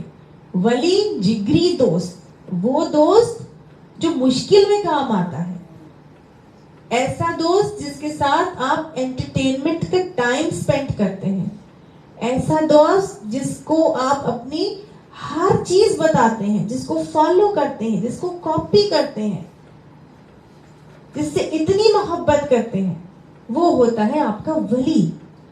تو اللہ نے کہا مومن مومنوں کو چھوڑ کر اپنا ولی کافروں کو نہیں بنائیں گے. کیوں نہیں بنائیں گے؟ دیکھیے اس لیے نہیں بنائیں گے کیونکہ مومنوں کو یہ حکم دیا گیا تھا کہ تعاونوا علی البر والتقوی, نیکی اور بھلائی کے کاموں میں ایک دوسرے کے ساتھ تعاون کرو. ولا تعاونوا علی الاثم والعدوان, دیکھو گناہ اور زیادتی کے کاموں میں تعاون نہ کرنا. جب تم ان کو کافروں کو اپنا ولی اور دوست بناؤ گے, ان سے مدد طلب کرو گے اپنے مشکل اوقات میں, تو وہ لا محالہ تم سے غلط کام کروائیں گے. وہ تم سے تعاونوا علی الاثم والعدوان ضرور کروائیں گے. تو اب تم مجبور ہو جاؤ گے, اب تو تم احسان تلے وہ کرنے کا وہ کرو گے کہ یار اس نے میری اتنی ہیلپ کی تھی اس ٹائم, تو اب میرے اوپر تو لازم ہے کہ میں اس کی بات مانوں. تو پھر تم مجبور ہو جاؤ گے. سمجھ آئی وہ کتنی صحیح بات کی, قرضے لیے میں, اب کیسے بولے ان کے خلاف اٹھ کر, کیسے بولیں؟ اب وہ جو مرضی کرتے جائیں کرتے جائیں. اللہ نے اسی لیے ہم کو بتا دیا کہ مومن مومنوں کو چھوڑ کر کافروں کو اپنا ولی نہیں بنائیں گے. سچویشن, ورلڈ سچویشن سمجھ میں آ رہی ہے؟ تمہیں کیا ضرورت ہے کہ تم دوسرے کے اوپر توکل کرو؟ تمہارے لیے تو توکل کرنے کے لیے اللہ کافی نہیں ہے. تم اللہ کے لیے بڑھو گے تو وہ 10 قدم نہیں بڑھے گا. تم چل کر جاؤ گے وہ دوڑ کر نہیں آئے گا. وہ سب کچھ کرے گا. تو یاد رکھنا اللہ کو چھوڑ کر اگر ان کے اوپر جاؤ گے تو وَمَن يَفْعَلْ ذَلِكَ، جو ایسا کرے گا فَلَيْسَ مِنَ اللَّهِ فِي شَيْءٍ، اللہ کے پاس اس کے لیے پھر کچھ بھی نہیں. اپنا دین کا بیڑا غرق کر لیا اس نے. اس کے پاس دین میں وہ دین کے کسی مقام پر نہیں ہوگا. اللہ کے پاس اس کے لیے دین، اس کے دین کا کچھ بھی نہیں رہے گا. فَلَيْسَ مِنَ اللَّهِ فِي شَيْءٍ، اللہ کے پاس اس کے لیے کچھ نہیں رہے گا. اس کے دین کا بیڑا غرق ہو جائے گا.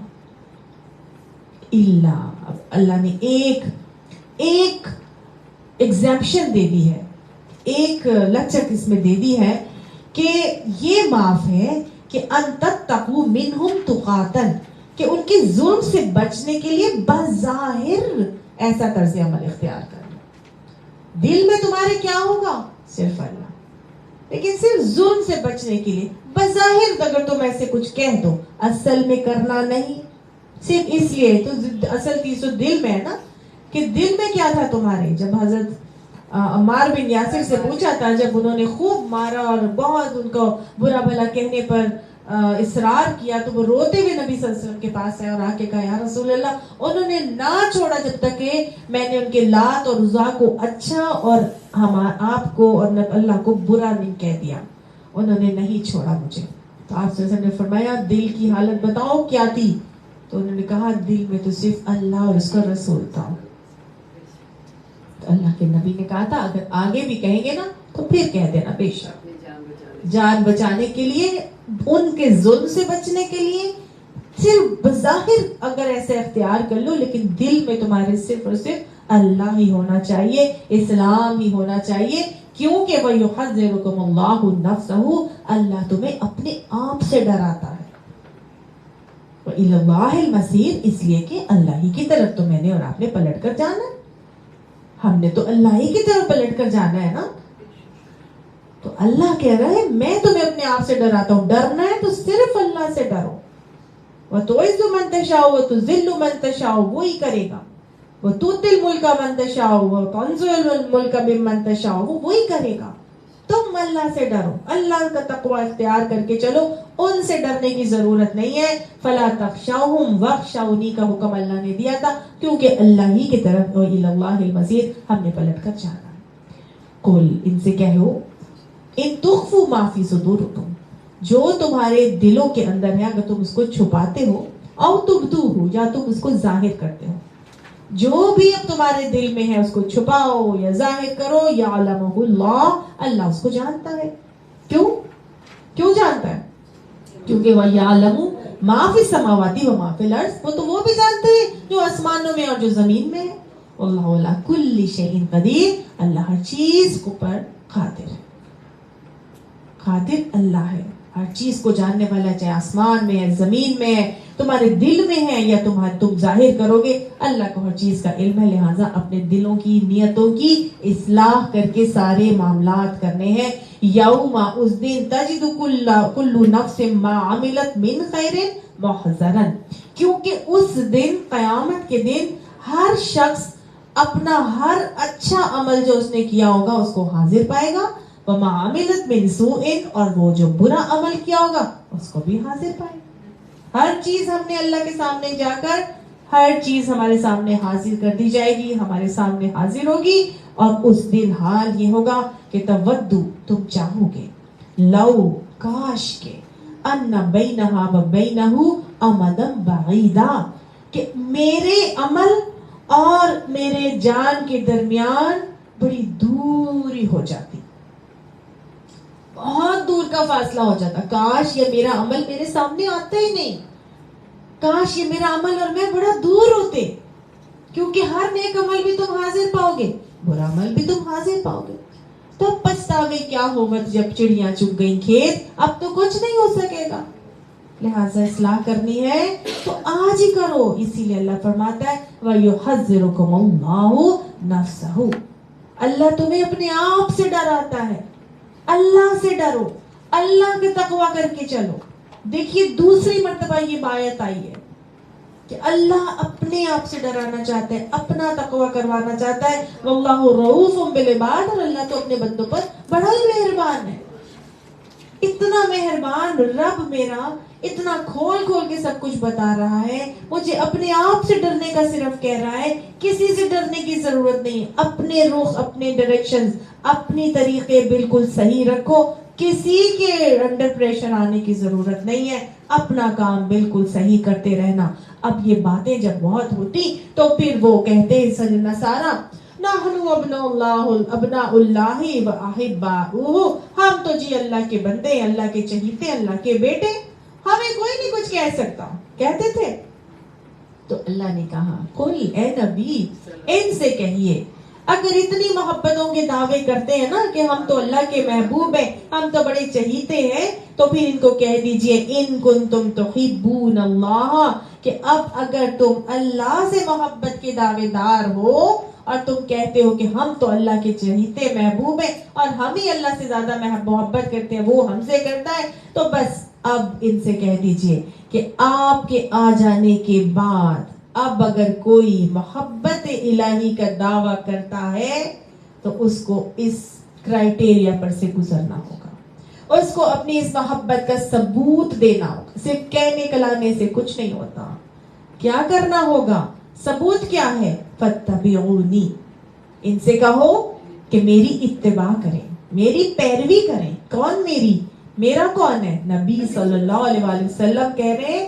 آپ ان سے اللہ نے کہا کہ اے نبی آپ ان سے کہیے کہ اگر تم اللہ کی محبتوں کے دعوے دار ہو تو بس ثبوت دو, اور ثبوت یہ ہے کہ نبی کی اتباع کرو, نبی کی قدموں کے قدم رکھ کے چلو, نبی کی پیروی کرو, کیونکہ یہ جو دین تمہیں نبی دے رہا ہے یہی وہ دین ہے جو دین اسلام ہے, جو اللہ نے پسند کیا ہے اور جو اللہ قبول بھی کرے گا.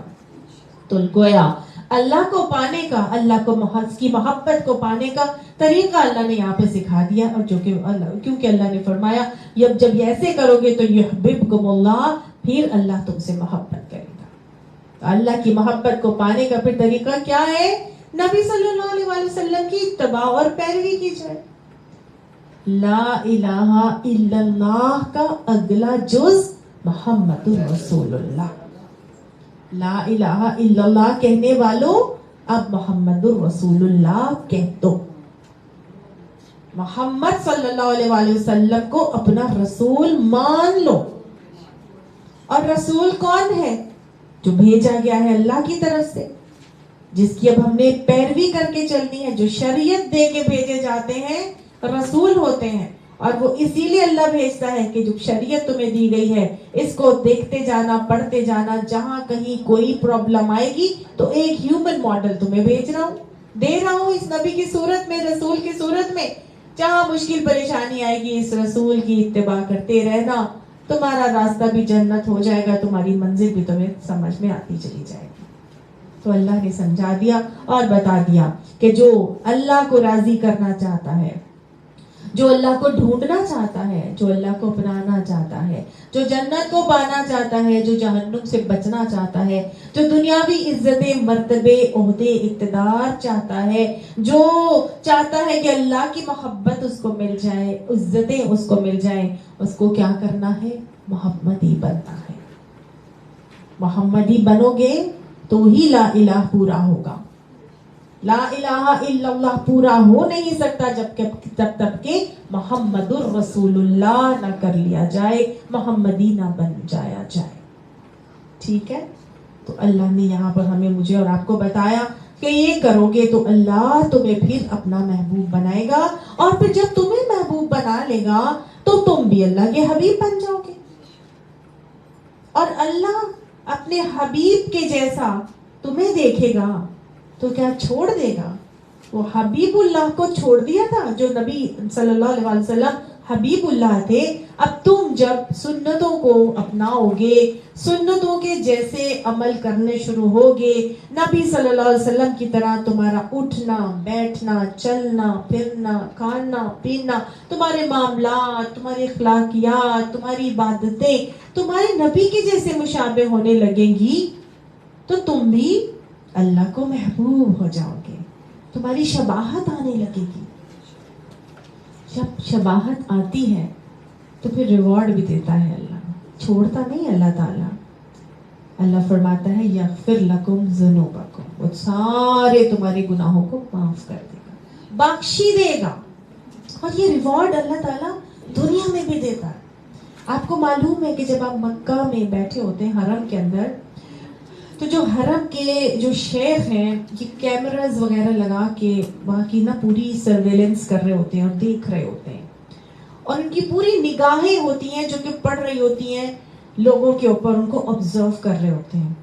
کچھ ایسے لوگ اگر ان کو نظر آئیں جن کی شباہت نبی صلی اللہ علیہ وآلہ وسلم سے ہوتی ہے, ان کو وہ پک کر لیتے ہیں اور پھر ان کو جا کے ریوارڈ کرتے ہیں. سبحان اللہ. مجھے بات بتائی انہوں نے جو علماء کے گروہ کے ساتھ وہاں پر تھی. شکل میں یا کاموں میں؟ بھائی آپ کا اٹھنا بیٹھنا, اپیئرنس, آپ کا سنت پر جب آپ عامل ہوں گے تو وہ ہر چیز. ابھی بابا جی کی مثال آپ لوگوں کے سامنے نہیں, ابھی وہ جو بڑا مشہور ہو گیا ایک بابا جی, صحابہ کرام کا وہ نیٹ کے اوپر کتنا ہوا تھا کہ وہ کہاں سے آ گئے, تو کوئی فرشتہ لگ رہے تھے, تو ایک صحابی کی جیسی شکل. کیسے وہ بندہ بلوچستان کا, اور اس کو کہاں سے کہاں پہنچا دیا گیا کہ سلمان جو محمد بن سلیمان ہے اس نے اس کو حج پر بلایا, خاص اس کو ریوارڈ دیا. اس کی سادگی, اس کی تمام وہ چیزیں کہ وہ لگ رہا تھا کہ وہ اس دنیا کا بندہ ہی نہیں ہے. وہ ایک علیحدہ مسئلہ ہے, لیکن میں آپ کو ریوارڈ کی بات بتا رہی ہوں کہ ایک جھگی میں رہنے والا بندہ یہ کبھی نہیں سوچ سکتا تھا کہ مجھے اتنی فیم مل جائے گی اور مجھے اس طرح شاہانہ انداز میں وہ حج کے لیے بھی بلا لیا جائے گا. وہ تو کسی طرح جمع پونجی کر کر کے اس نے جمع کیے, بکریاں چلانے والا, اس نے جمع کر کے پیسے اور عمرے کے پیسے بنائے اور وہ گیا تھا وہاں پر. تو یہ میں آپ کو صرف یہ بتانا چاہ رہی ہوں, اللہ ریوارڈ کرتا ہے. آپ ویسے بنیں گے تو کیا اللہ نہیں کرے گا؟ پھر اللہ کیا ریوارڈ دے رہا ہے, یغفر لکم ذنوبکم. سبحان اللہ, اللہ تمہارے سارے گناہوں کو بخشی دیتا ہے. سبحان اللہ.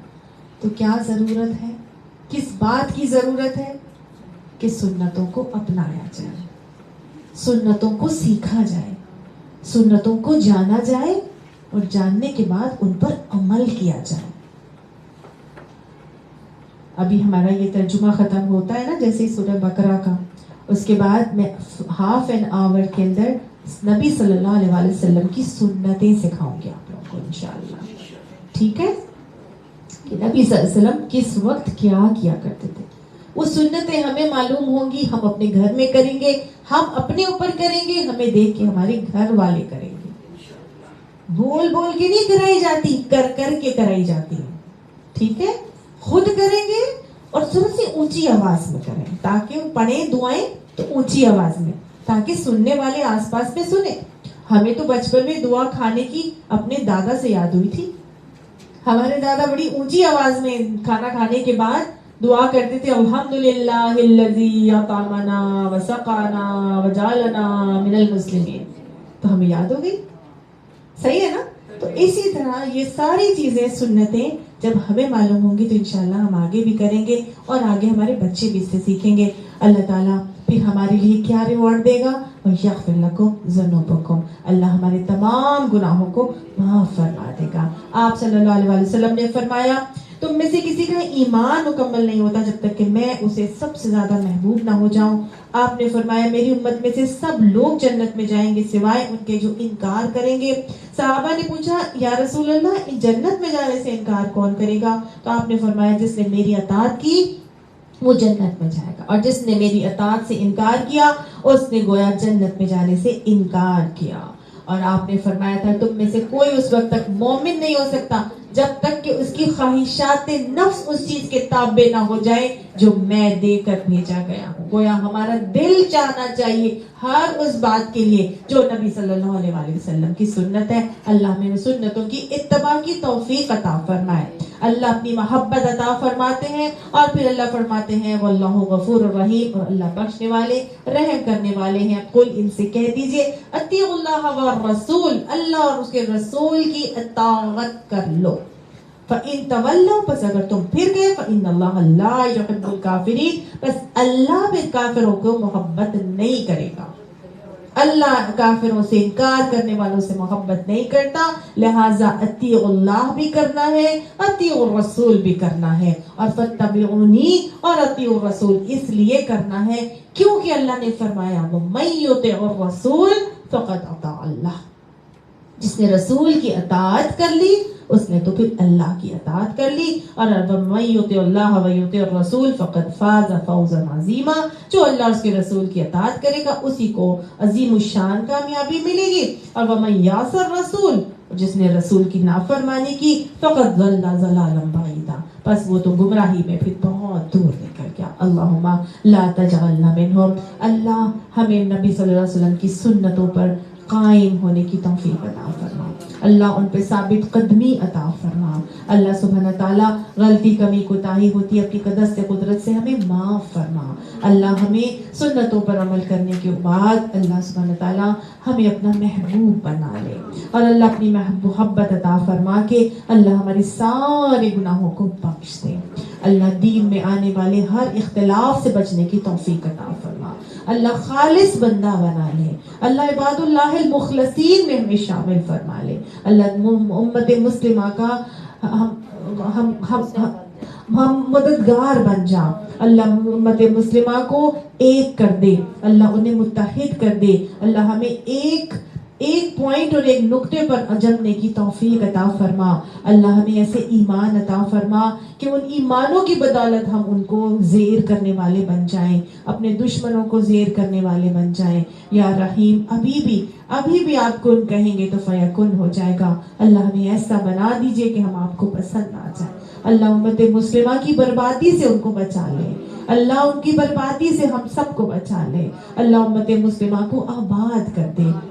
اللہ امت مسلمہ کو آباد کر دے، اللہ اپنی بہترین فتح اور نصرتوں سے سرشار کر دے، اللہ سبحانہ تعالیٰ دشمنوں کی چالیں انہی پر الٹ دے، دشمنوں کی چالیں انہی پر الٹ دے، اللہ معلوم ہے کہ یہ قیامت اس وقت آئے گی جب ہم سب ختم ہو چکے ہوں گے، ہم اپنے ایمانوں کو ختم کر چکے ہوں گے، اللہ سبحانہ تعالیٰ جب تک ہمارے ایمان سلامت ہوں گے اللہ تو اس کو ٹالتا رہے گا، اللہ تو قیامت کو ٹالتا رہے، اور اللہ امت مسلمہ کو عروج عطا فرما دے، اللہ عروج عطا فرما، اللہ ہمیں بہترین حکمران عطا فرما، ربنا تقبل منا انك انت السميع العليم وتب علينا انك انت التواب الرحيم وصلى الله تعالى على خير خلق محمد وآله واصحابه اجمعين برحمتك يا ارحم الراحمين آمین ثم آمین۔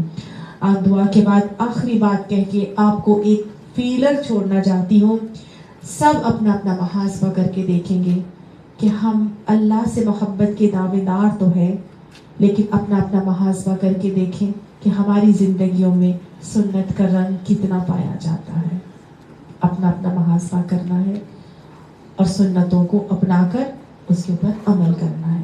جزاکم اللہ خیر، السلام علیکم ورحمۃ اللہ وبرکاتہ۔